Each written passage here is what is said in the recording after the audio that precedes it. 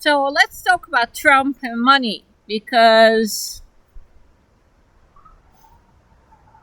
those two are basically the same things. I'm checking my notes now. So Trump and money. Well, first what you need to realize, and people in America know this, is that the rich, I just call them the 1%, they own everything. They own the assets. They own the big companies. They have a monopoly on just about everything that's worth anything, and everything that we need, like housing, infrastructure, electricity, computers, doesn't matter. They own it, and we pay rent for it. They have monopolies. And they own the politicians. In America, because of the Supreme Court decision, you can buy a politician, and it is open corruption. And yes, with Trump, it has become even more obvious. But all this is nothing new. We in Europe are doing as if, Trump is, no. It's just the last clown in a long list of clowns. And it's the 1% who rule. The wind is blowing, so I'm sort of wiggling here. And in Europe, the corruption is not so bad yet. So look at America, and that's what's going to happen to us. And but this video is going to be about Trump. He was bought and paid for, and there are two sides to the system. The rich, the 1%. They buy the politicians, they buy everything and everybody who has power. They control everything, they decide everything. And they use either bribes or blackmail. Those are the two things. That is what the Epstein files are all about. Epstein was hired by the 1% to make sure there was embarrassing video of sex with minors of everybody who had any power or influence. And that is how they control each other. And that is why Musk raided all the databases, especially the CIA and the FBI. So bribe or blackmail. That's how the 1% control the 99. Well, control the top, the oligarchy. So you have the 1% who control everything, then you have the 10% beneath that, which are the rich and the powerful and the influential, etc., who are controlled. And then you have the 90% of schmucks and unimportant ants like me, who do the work and keep the world running, and change diapers and clean toilets, and that's our use. That's us. Now, anyway, Trump. Well, as we know, he is openly corrupt, which I think is rather refreshing. He's making a lot of money on insider trading,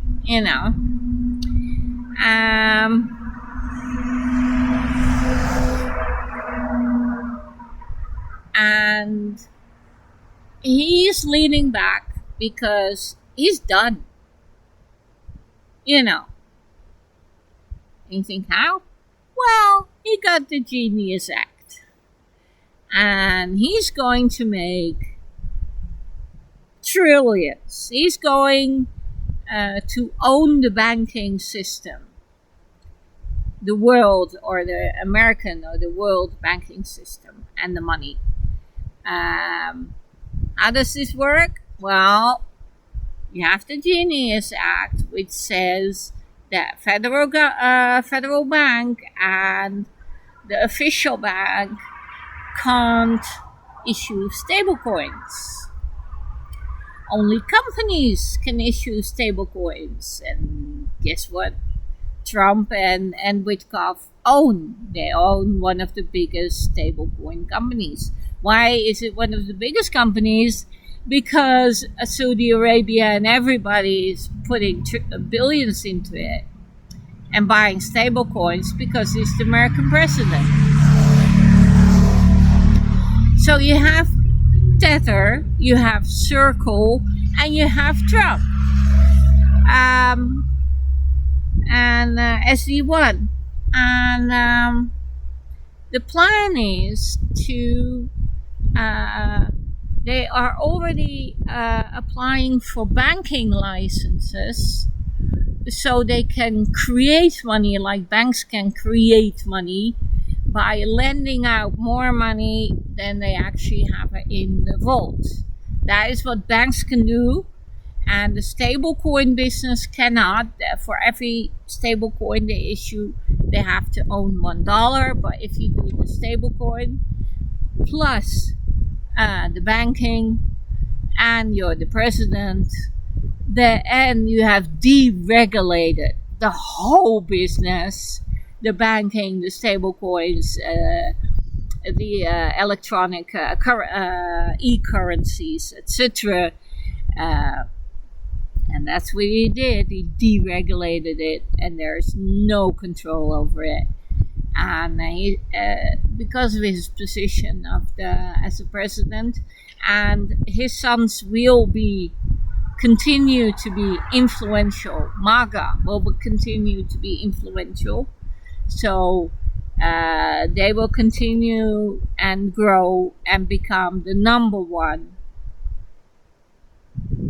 bank in the world, electronically and physically. His game plan, and he's working on it, and he is succeeding, is to take over international banking. Soon he's going to be part of the 1%. He isn't yet. He's not rich enough. By far, he's not rich enough. But when he controls all the banking and all the money from all the other 1% is flowing through his bank, then he will be or his sons. Let's be honest, he's just a king who's building a kingdom for his sons. Only it's a kingdom made of money, not of dirt and land. Because it's not about dirt and land and borders anymore. It's all about the money, and it's international and it's global. So he's done. He got MAGA.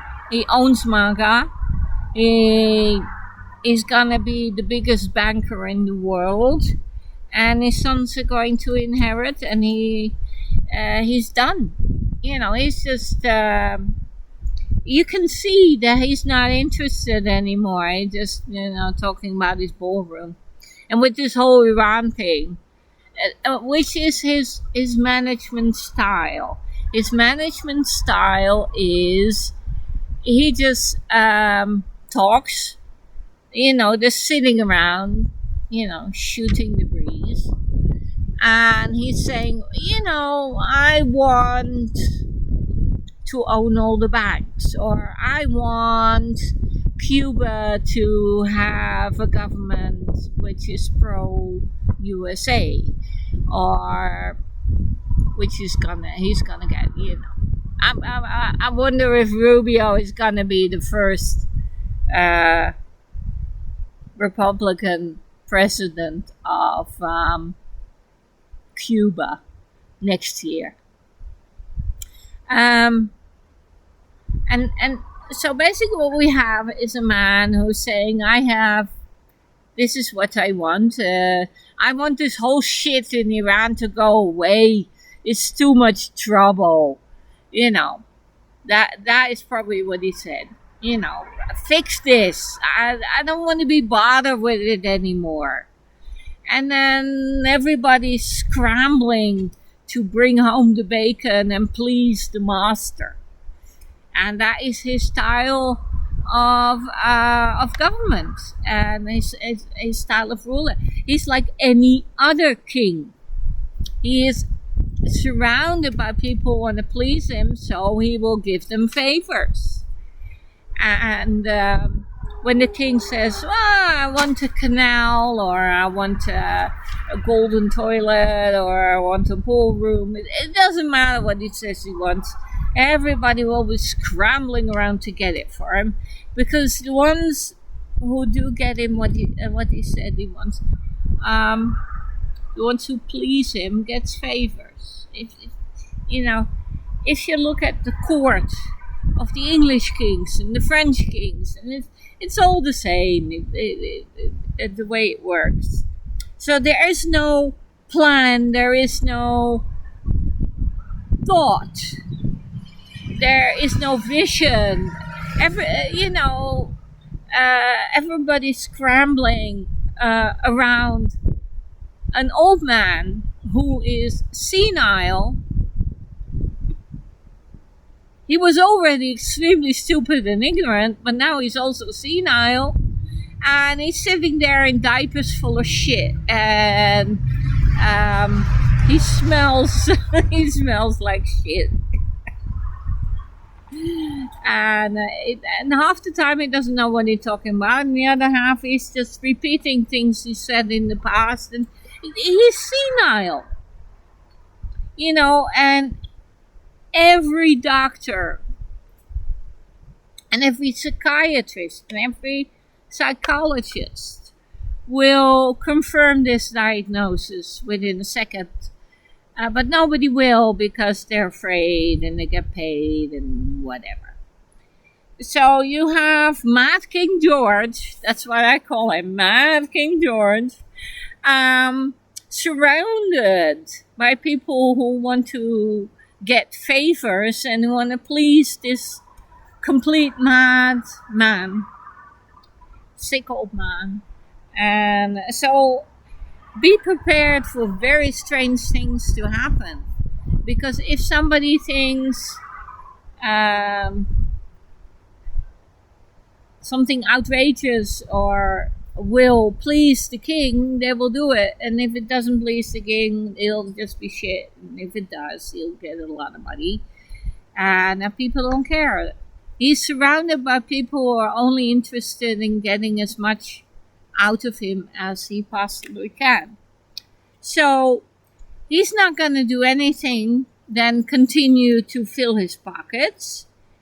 And it won't change the political system, because for over 20 years, the Republican Party has prevented the government from changing or deciding anything.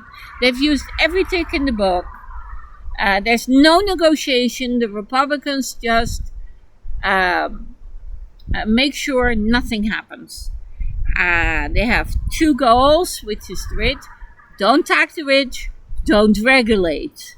Don't hold the rich accountable, and apart from that, they don't give a shit. They're whatever you're for, they're against, and they will blackball and do anything they can to make sure that Parliament, the House of Representatives, and the Senate are totally impotent. And that's why the president has so much power. So on to the next one.